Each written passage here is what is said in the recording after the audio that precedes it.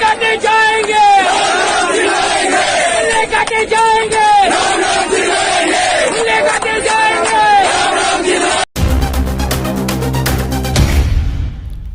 देश की सच्चाई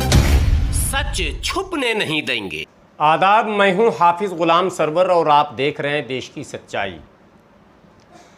भारत की सभ्यता, भारत की संस्कृति, भारत की तहजीब, इंडियन कल्चर, इस पर कई संगोष्ठियां, कई सेमिनार अक्सर होते हुए देखा गया। बड़े बड़े लेक्चरर, प्रोफेसर्स और समाज सेवी उसमें शामिल होते हैं, अपनी अपनी राय रखते हैं। भारत के विषय में इतना अवश्य कहा जा सकता है कि भारत के लोगों का मिजाज मिलनसार, सहनशील और एक दूसरे के आदर और सम्मान करने का है। प्रायः गांवों में, शहरों में भी आप देखेंगे कि बग़ैर किसी के नाम के जाने, उसके धर्म के विषय में बग़ैर कुछ जाने, अचानक सामने वाले का आदर भाव जगता रहता है।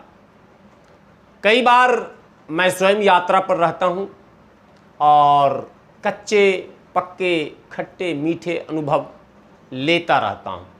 भारत के लोगों के वास्तविक मिजाज को समझने की कोशिश करता रहता हूं। मैं स्वयं आपको इस बात की गारंटी दे सकता हूं कि भारत के अंदर और भारत के लोगों के अंदर सांप्रदायिक मानसिकता को जिस तरह से सोशल मीडिया पर दर्शाया जा रहा है वो कतई नहीं, बल्कि सद्भाव और सर्वधर्म समभाव और सारे धर्मों का आदर और सम्मान और अपने पड़ोसियों का भी आदर और सम्मान, ये यहाँ के स्वभाव में कूट कूट कर भरा हुआ। फिर क्या कारण है कि रात दिन सोशल मीडिया पर तरह तरह के वीडियोस को वायरल किया जाता है और खुले शब्दों में, इसमें ये शब्द नहीं आप कह सकते हैं कि धार्मिक भावनाओं को आहत किया जाता है, ना ना ना, ये शब्द यहाँ पर नहीं फिट बैठता। आहत तो वहाँ होता है जहाँ जाने अनजाने में व्यक्ति कुछ ऐसे शब्दों का प्रयोग कर जाए जिससे सामने वाले के धार्मिक भावनाएं आहत हों। यहाँ वो वीडियोस भेजे जा रहे हैं मार्केट में जहां सीधे तौर पर एक दूसरे को, दूसरे धर्म का कट्टर दुश्मन, बड़ा दुश्मन, जानी दुश्मन और खून का प्यासा दिखाया जाता है। यानी ऐसा दिखाया जाता है कि इस देश में अब कई धर्मों का एक साथ रहना बिल्कुल ही संभव नहीं, ये दिखाया जाता है। नहीं ऐसा, लेकिन ये सब कुछ जो दिखाया जाता है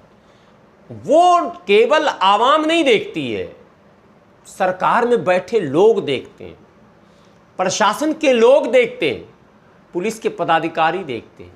हंसते हैं, मुस्कुराते हैं और कई बार राजनेता ऐसे लोगों के पीठ थपथपाते हैं। राजनेताओं को पता है कि यहाँ का स्वभाव ऐसा है नहीं। हमारी ये तमाम कोशिशें जो 100 सालों से चल रही हैं, ये सत्ता प्राप्ति का मार्ग तो कभी कभी बन सकती है, लेकिन जिन शब्दों का प्रयोग किया जा सकता वो भारत में संभव नहीं है। जैसे इस वीडियो को देखें, क्या कहा जा रहा साहब, और कौन कह रहा, किसके सामने कह रहा। देश की राजधानी दिल्ली और दिल्ली की राजधानी नई दिल्ली और नई दिल्ली का दिल, पूरे भारत के लोकतंत्र का मंदिर संसद मार्ग पर जमा होकर कुछ सरफिरे तथा कथित हिंदू संगठन, हालांकि नाम भारत जोड़ो आंदोलन उस संगठन ने रखा है, ये भी हास्यास्पद है कि उस संगठन ने अपने संगठन का नाम भारत जोड़ो आंदोलन, नाम भी रोज नए नए चुने जाते हैं। भारत मन प्रेम से जोड़कर, भारत की एकता से जोड़कर, भारत की अखंडता से जोड़कर, भारतीयता और राष्ट्रीयता को अपनी मन मिल्कियत समझते हुए एक संगठन का नाम चुना जाता है। और उस संगठन के बैनर तले भारतीय जनता पार्टी के जिसकी सत्ता है दिल्ली में, जिसके नाक के नीचे गृह मंत्री और प्रधानमंत्री के नाक के नीचे आकर भारतीय जनता पार्टी के नेता एक कार्यक्रम करते हैं और कार्यक्रम में नारे लगाते हैं कि मुल्ले को काटो, मुल्ले को जब काटेंगे तो राम राम चिल्लाएंगे। इस तरह के अनेकों नारे हैं। नारे तो आपने पहले भी सुने होंगे कि वंदे मातरम कहना होगा, अगर भारत में रहना होगा तो जय श्री राम कहना होगा, इत्यादि इत्यादि अनेकों नारे नए नए आते जा रहे हैं। लेकिन देश में चुनाव में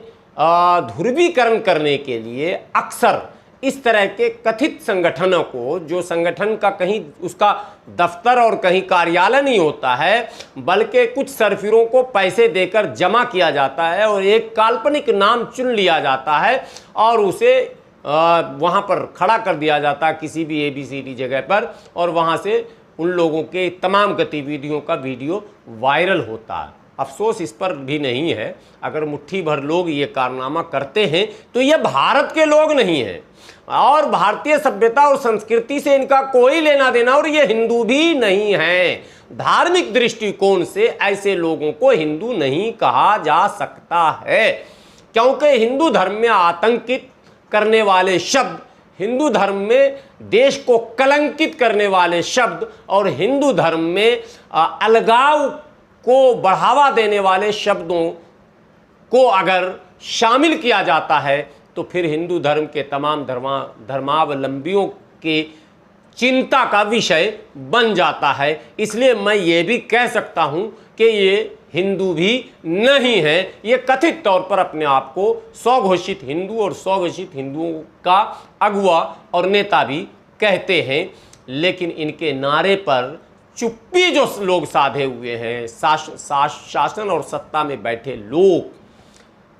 शासन और सत्ता में बैठे लोग और शासन प्रशासन में बैठे लोग और उच्च पदों पर बैठे पुलिस के वरीय पदाधिकारी, इन सब लोगों के मौन को देखते हुए ऐसा लगता है कि क्या इस तरह के प्रायोजित कार्यक्रम चलाकर देश के शांति को, देश के प्यार मोहब्बत वाले वातावरण को समाप्त करने का एक षड्यंत्र, एक प्रयास सरकार के द्वारा तो नहीं है, देश के आम लोगों के द्वारा तो नहीं है और संभव भी नहीं है। भारत में ना ऐसे हिंदू और ना ऐसे मुसलमान हैं और ना ऐसे हिंदू थे ना होंगे। मुट्ठी भर लोगों के जमावड़े से देश के वातावरण को बिगाड़ा नहीं जा सकता है। भारत की जनसंख्या 130 करोड़ है, यानी 1 अरब और 30 करोड़। जी हाँ, इसमें अगर 100, 200, 500 लोग इस तरह के सरफिरे निकल जाते हैं तो ये कहा जा सकता है कि एक बड़े परिवार में, जहाँ परिवार में 10-12 लोग हों, एक आध अगर पागल निकल जाए तो उससे परिवार की पहचान बिगड़ती नहीं है और न उसके इज्जत में कमी आती है, बल्कि परिवार के तमाम सदस्यों के चाल चलन व्यवहार को देखकर समाज में ये निर्णय किया जाता है कि इस परिवार को किस श्रेणी में डाला जाए। मैं कह सकता हूँ दावे के साथ कि भारत की बहुत बड़ी आबादी सांप्रदायिक शक्तियों को कुचलना चाहती है और सांप्रदायिकता को मिटाना चाहती है। प्यार मोहब्बत भाईचारे के साथ भारत को विकास की ओर ले जाना चाहती है, लेकिन कथित तौर पर राष्ट्रवाद के नाम पर बनने वाली कुछ पार्टियां और राष्ट्रवाद के नाम पर चल रहे लोग अपने आप को जबरन स्वघोषित भारत का नेता या भारत के हिंदुओं का हृदय सम्राट बनने की कोशिश करते हैं, जिसके परिणाम स्वरूप इस तरह के नारे, इस तरह के वीडियो सामने आते हैं। जंतर मंतर पर इस तरह की घटनाओं की भर्त्सना और निंदा होनी चाहिए। सूचना ये भी है कि जब इस प्रकार के नारे लग रहे थे, उसी समय एक YouTube चैनल के पत्रकार को भी पकड़कर उसकी भी पिटाई की गई और उससे भी जय श्री राम कहने को बाध्य किया गया। लेकिन बधाई हो वैसे पत्रकारों को जो इन तमाम शरारत पसंद लोगों के बीच भी अपनी रिपोर्टिंग का कर्तव्य निभाता रहा और इनकी तमाम गतिविधियों से देश को अवगत कराता रहा। ज़रूरत इस बात की है कि आप जहाँ भी हैं, जिस जगह भी हैं, गांव में, देहात में, कस्बे में, शहर में, खेत और खलियान में और सफ़र में, आप इन चीज़ों का ख्याल रखें कि देश में एक गिरोह है, सरफिरा गिरोह है और यूँ कह लें असामाजिक गिरोह है जो वातावरण को बिगाड़ने का प्रयास करता है। बड़े ही संयम के साथ ऐसे लोगों से निमटना भी है और भारत की जो वास्तविकता है उसे उजागर कर सामने लाना भी है। ये अब भारत के तमाम लोगों की नैतिक, सामाजिक और यूँ कह लें कि पूरी तरह से बल्कि धार्मिक अब ये जिम्मेदारी आ पड़ी है तो सबको आगे आकर इसे निभाना होगा। मैं पल पल का अपडेट लेकर आपके समक्ष हाजिर हूँगा। आपसे विनती है कि आपके देश की सच्चाई को ज़्यादा से ज़्यादा सब्सक्राइब करें, वीडियो को ज़्यादा से ज़्यादा शेयर करें ताकि सच्ची पत्रकारिता दूर तक पहुँच सके।